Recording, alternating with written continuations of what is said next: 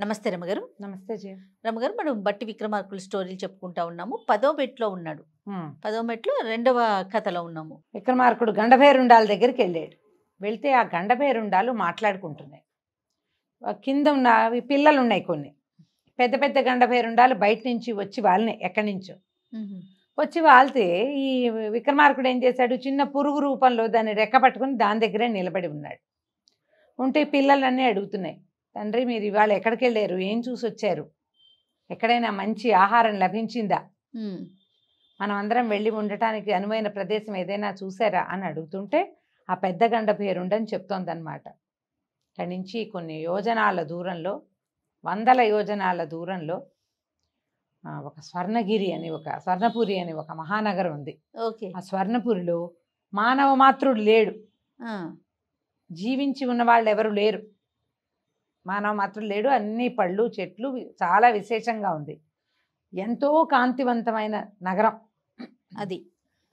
మనకి కావలసినంత ఏకాంతం లభిస్తుంది.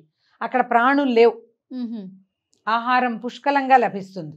అదే ప్రాణులు లేవు కాబట్టి ఆహారం అంటే పళ్ళు గిళ్ళు ఉన్నాయన్నమాట. చెట్లు ఉన్నాయిగా, పళ్ళు గిళ్ళు చాలా ఉన్నాయి. మనం బయలుదేరి అక్కడికి వెళ్దామని చెప్తోంది. అందరం అక్కడికి వెళ్దాం, కొంతకాలం మనం అక్కడ ఉండొచ్చు, చాలా వింతలు విడ్డూరాలు ఉన్నాయి, నగరం చాలా అందంగా ఉంటుంది అని చెప్తోంది గండభేరుండం. ఆశ్చర్యపోయాడు విక్రమార్కుడు. అంటే ఇప్పుడు భేతాళుడు కూడా చూడలేని ఒకటి ఉన్నది, ఒక ప్రదేశం. సరే, ఇతను ఏం చేశాడు, భేతాళుడి దగ్గరికి వెళ్ళి, ఈ గండభేరుండాలు రేపు ఉదయం బయలుదేరుతాయి, నేను ఈ కందిరీగత శరీరంతో గండభేరుండంతో వెళ్ళిపోతా, నువ్వు ఆ మార్గాన్ని అనుసరించి నా శరీరాన్ని తీసుకుని రా. ఓకే, ఈయన శరీరం అక్కడ భేతాళుడి దగ్గర, నువ్వు మాతో పాటే రా, నేను వీళ్ళతో పాటు వెళ్ళిపోతాను అన్నాడు. మర్నాడు తెల్లవారి సూర్యోదయం అయ్యేసరికి ఈ గండభేరుండాలని పెద్ద పెద్ద మేఘంలా ఉన్నాయి ఒక్కొక్కటి. బయలుదేరి ఎంతో ప్రయాణం చేసి చేసి చేసి చేసి బాగా ఎండెక్కే వేళకి ఒక చోట దిగటం మొదలుపెట్టినాయి. ఆ గండభేరుండని రెక్కబట్టుకుని ఆ పురుగు రూపంలో ఉన్న విక్రమార్కుడు ఇక సముద్రాలు, సప్త సముద్రాలు దాటటము. అవి దాటి వెళ్తే అసలు పైనుంచి కనపడుతుంది బంగారు గోపురాలు, పెద్ద పెద్ద చెట్లు, కొండలు కూడా బంగారపు రంగు పూసుకున్నట్టున్నాయి. అక్కడ సూర్యకాంతి కూడా ఎంత ప్రకాశవంతంగా, గోపురాల మీద సూర్యకాంతి పడితే ఎలా ఉంటుంది, దగదగలాడుతుంది కదా, ఎంత అద్భుతంగా కనపడుతుందో. ఆకుపచ్చటి చెట్లు, బంగారు రంగు గోపురాలు, అక్కడి నుంచి బ్రహ్మాండమైన దేవాలయం ఒకటి కనపడుతోంది. ఈ దేవాలయం గోపురం పైకే స్వర్ణ గోపురం కనిపిస్తుంది, పెద్దది, చాలా విశేషంగా ఉంది. పక్షులన్నీ, ఈ గండభేరుండాలన్నీ ఆ దేవాలయానికి బాగా దిగువన ఉన్న ఒక ప్రాంతంలో పెద్ద పెద్ద పళ్ళు కాసేటువంటి చెట్లున్న తోటల్లో దిగినాయి. దిగేసరికల్లా భేతాళుడు కూడా వీళ్ళని అనుసరించి వచ్చాడు. భేతాళుడికి తెలియదు ఇది ఎందుకంటే మేరు పర్వతానికి దగ్గరలో ఉంది ఇది. భేతాళుడు భూమండలాన్ని తిరగలడు. ఈ దైవశక్తులు ఉన్న చోటకి భేతాళుడు వెళ్ళలేడు. ఇప్పుడు వచ్చాడు కానీ అతనంతటా అతనికి కనపడదు అది. అదే భూమండలంలో ఎక్కడున్నా అతను పట్టుకోగలిగేవాడు. ఈ భేతాళుడు విక్రమార్కుడి శరీరాన్ని పట్టుకొచ్చాడు. ఎప్పుడైతే ఈ పక్షులన్నీ దిగినాయో అవి హాయిగా కోలాహలంగా అటు ఇటు తిరుగుతూ ఆ చెట్లకున్న పళ్ళని తింటూ కింద హాయిగా అటు ఇటు విహారం చేస్తున్నాయి. ఈ పురుగు రూపంలో ఉన్న విక్రమార్కుడు ఎగురి యువతలకు వచ్చేసాడు. ఎగిరే పురుగు అది, అదే కందిరీగ లాంటిది. బాగా యువతలకు వస్తే భేతాళుడు కనపడ్డ చోట ఆగాడు. భేతాళుడి దగ్గర నుంచి తన శరీరాన్ని తీసుకుని పురుగు రూపం వదిలి తన శరీరంలోకి ప్రవేశించాడు. ఇంకా భేతాళుడు వెనకాలే ఉన్నాడు. అతను కనపడ్డు కదా, కనపడకుండా ఉంటాడు. భేతాళ శక్తి కంటికి కనపడేది కాదు, వాళ్ళకే కనపడుతుంది, వాళ్ళిద్దరికి. బట్టి విక్రమార్కులకు మాత్రమే కనపడుతుంది. ఇక ఈయన నడవటం మొదలుపెట్టాడు. చూస్తే పెద్ద పెద్ద భవనాలు, కోటలు, అన్ని ప్రేతాలు. మరి శరీరాలు ఎంతమంది చనిపోయారు అక్కడ. అవునవును, కానీ ఒక్కడు కూడా జీవకళ కోల్పోలేదు, ఒక్కడు కూడా జీవించలేడు, అందరూ అలాగే ఉన్నారు. ఇక నడవటం మొదలుపెట్టాడు. వెళ్తూ ఉంటే అతను చూశాడుగా మొదట పైనుంచి దేవాలయం, ఆ దేవాలయం లోపలికి వెళ్ళాడు. వెళ్తే అద్భుతమైన శివలింగం, బంగారు పానువట్టం, బంగారపు శివలింగం, పైనుంచి ధారలుగా పడుతున్న నీళ్లు. తను ఆశ్చర్యపోయాడు. ఊరంతా పాడుకొట్లాడుతుంది, పిట్టా పురుగు లేవు, కానీ అంతా చచ్చిపడి ఉన్నారు. శివలింగం మీద నీళ్ళు ఎటా వచ్చాయి? అక్కడ ఎక్కడి నుంచి వచ్చే మార్గం లేదు. పైన ఒక చెంబు ఉండి చెంబులో నీళ్లున్నాయి. పాత్ర ఉంటుంది కదా, ధారా పాత్ర, చుక్క చుక్క పడుతున్నాయి, సగానికి పైగా అయిపోయినాయి. పొద్దునే ఎవరో ఆ నీళ్లు పోసినట్టు అనిపించింది అతనికి. పుష్పాలు పెట్టున్నాయి, ఫ్రెష్ పువ్వులు. అంటే ఎవరో వచ్చి పూజ చేస్తున్నారు. ఇంత ప్రేతమయంగా ఉన్న నగరంలోకి, పైగా సప్త సముద్రాల అవతల మానవ మాత్రుడు ఉండే అవకాశం లేదు. ఆ పక్షులు కూడా ఇక్కడ నిర్జనంగా ఉందని దిగుతున్నాయి. ఆశ్చర్యపోయాడు. కాబట్టి ఇవాళ వెళ్ళకూడదు ఇక్కడి నుంచి, ఇక్కడే ఉండిపోవాలి. భేతాళుడితో అన్నాడు, ఈ రాత్రికి ఇక్కడే నిద్రిద్దాం, పక్షులకు కనపడకుండా దేవాలయంలో నేను పడుకుంటాను. దేవాలయం లోపలికి రాలేడుగా భేతాళుడు. అవును, అతను బయటే ఉండిపోయాడు. రాత్రి రాజు అక్కడే నిద్ర చేశాడు. తెల్లవారేసరికల్లా సూర్యోదయం కాకముందే అపురూప సౌందర్యవతి అయిన ఒక పిల్ల లోపలికి వచ్చింది. ఈయనకి మెలకు వచ్చింది. ఆమె పాంజేబులు, పట్టి పరికిణి, గరగరలు, అక్కడి నుంచి స్తోత్రం, పరమేశ్వరుడికి ఉచ్చైస్వరంతో స్తోత్రం చేస్తోంది అమ్మడు. లేచి చూశాడు ఈయన. అవి ఎంత చక్కటిదో. ఏ 14-15 ఏళ్ళు ఉంటాయి, 16 ఏళ్ళు ఉన్నట్టుగా కూడా లేవు, ఉన్నాయేమో కాస్త అటు ఇటుగా. చిన్నపిల్ల, రాజకుమార్తె లాంటి అలంకారంలో ఉంది. ఆమె మానవ స్త్రీ అని ఈయనకి స్పష్టంగా తెలిసింది. దైవికమైన దైవకాంతల వ్యవహారం వేరేగా ఉంటుంది. వాళ్ళ పాదాలు నేల కానవు, వాళ్ళకి చెమట పొయ్యదు. పిల్ల మానవ కాంతలాగానే ఉంది. వచ్చింది, నిన్నటి పువ్వులు నిర్మాల్యం శుభ్రం చేసింది, దేవాలయం అంతా శుభ్రం చేసింది, పువ్వులు పెట్టింది, అర్చన చేసింది, ధారాపాత్రలో నీళ్లు పోసింది, పరమేశ్వరుడికి తల ఆనించి నమస్కారం చేసుకుంది, బయటికి వెళ్ళిపోయింది. రాజు అమ్మాయి కనపడకుండా దాక్కున్నాడు విక్రమార్కుడు. ఆమెను అనుసరించి ఇతను బయటికి వెళ్ళేసరికల్లా ఆయనకి తెలిసింది ఏదో పక్షి ఎగిరిపోయినట్టు తెలిసింది. పిల్ల కనపడలేదు. పక్షి మీద ఏదుందో ఇతను చూడలా. అదే ఈయన బయటికి వెళ్ళేసరికి వెళ్ళిపోయింది. కానీ పక్షి ఎగిరినట్టు తెలిసింది. అక్కడి నుంచి భేతాళ అని కేకలు పెట్టాడు. కేకలు పెడితే భేతాళుడు, ఉన్నాను ప్రభు, ఇక్కడే ఉన్నాను అన్నాడు. ఎవరు వచ్చారు లోపలికంటే ఒక అపూర్వ సౌందర్యవతి అయిన మానవ కన్య, ఒక దైవ పక్షి. ఇదేదో దైవికమైన దైవాంశ సంభూతమైన పక్షి. అది దేవలోకపుది, మామూలు భూలోకపు ఈ గండభేరుండల లాంటిది కాదు అది. ఆ పక్షి మీద కూర్చుని వచ్చింది. పూజా సామాగ్రి పట్టుకొచ్చింది, లోపలికి వచ్చింది. పూజ తమరు లోపల ఉన్నారు, మీరు చూసుంటారు అనుకున్నాను. బయటకు వచ్చింది, పక్షి మీద కూర్చుంది, వెళ్ళిపోయింది. ఈ వచ్చింది ఎవరు వీళ్ళకి తెలియలే. సరే, ఇప్పుడు తెలిసింది ఈ స్వర్ణగిరి ఎక్కడుంది, స్వర్ణపురి ఇక్కడ ఏముందో తెలియటానికి తెలిసిపోయింది కదా. సరే, ఈయన ఏం చేశాడంటే, పద మనం ప్రతిష్టానపురం వెళ్ళిపోదాము, ఆది మూలానికి చెప్దామన్నాడు. రాజు భేతాళుడు బయలుదేరి, తెలిసిందిగా దారి. భేతాళుడు సింపుల్గా అక్కడి నుంచి దాటించేశాడు విక్రమార్కుడు. భట్టిని పికప్ చేసుకుని మధ్యదారిలో ప్రతిష్టానపురం వెళ్ళి ఈ ఆది మూలానికి మొత్తం వర్ణించి చెప్పారు. ఇది నువ్వు చెయ్యాలి, ఇలా చూశాను, ఇలా ఉన్నాయని చెప్పమన్నారు. చెప్పమనేసరికల్లా సరే కుర్రాడు ఆది మూలం వెళ్ళాడు. మళ్ళీ వెళ్ళి గంట కొట్టాడు. రాజకుమార్తె, చెలికత్తలు మళ్ళీ వచ్చావా నువ్వు అని తిట్టారు.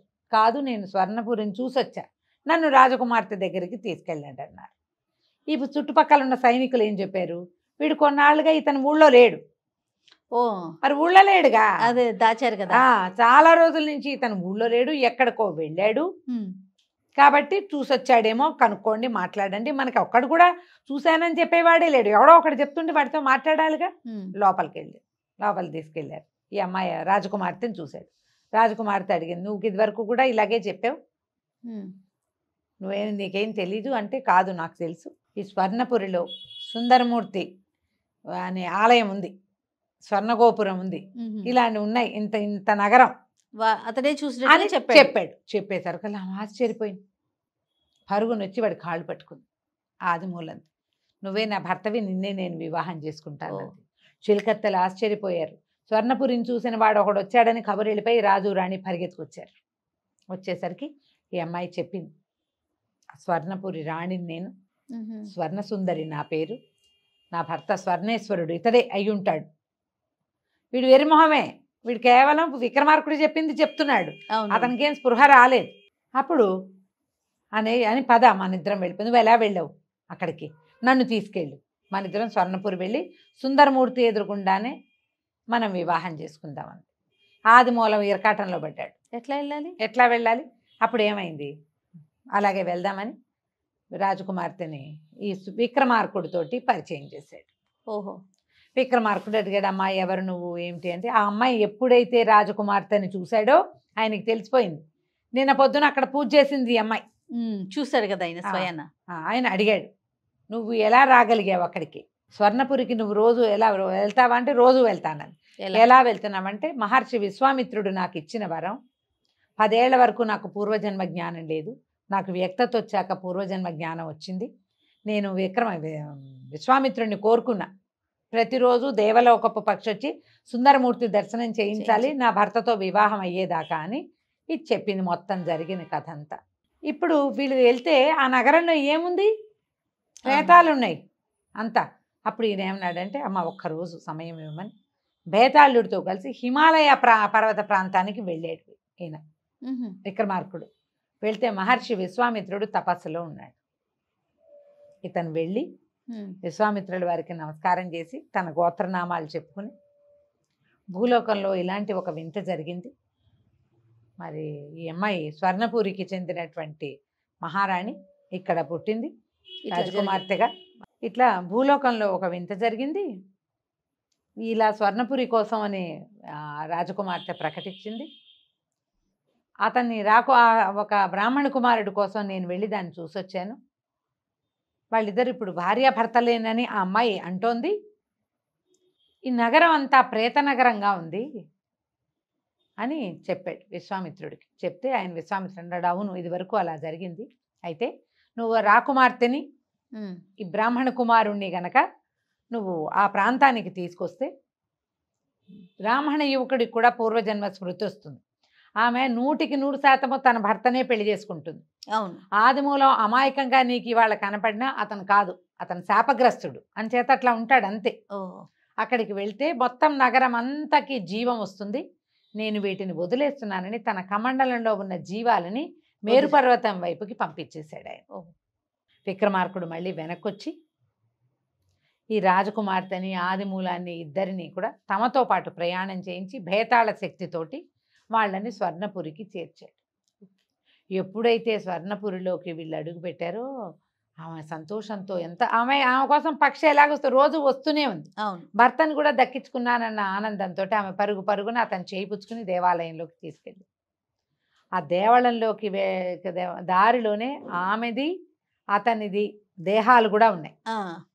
అయోమయంగా ఒక తెలివి తక్కువ వాడిగా ఉన్న ఆదిమూలం ఒక్క క్షణంలో రాజు లాంటి ఒక తెలివితేటలు వచ్చేసినాయి అతనికి. అయితే వీళ్ళిద్దరి శరీరాలు విడిచి తమ ప్రేత శరీరాలు అక్కడ పడున్నాయిగా, అవును, వాట్లల్లోకి ప్రవేశించేశారు, దేహాలు విడిచేశారు లోపలికి పూర్తిగా వెళ్ళకముందే.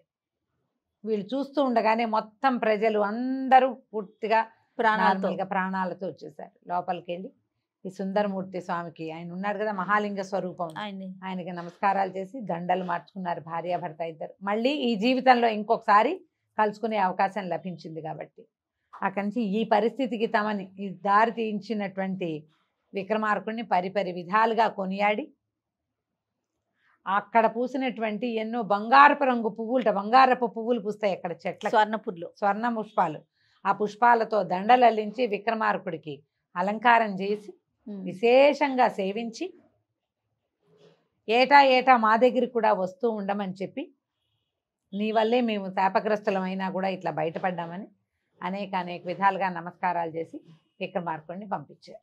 ఓకే, విక్రమార్కుడు గడువు తీరాక తన నగరానికి కూడా వెళ్ళిపోయాడు. 6 నెలలు పట్టింది ఈ పనికి.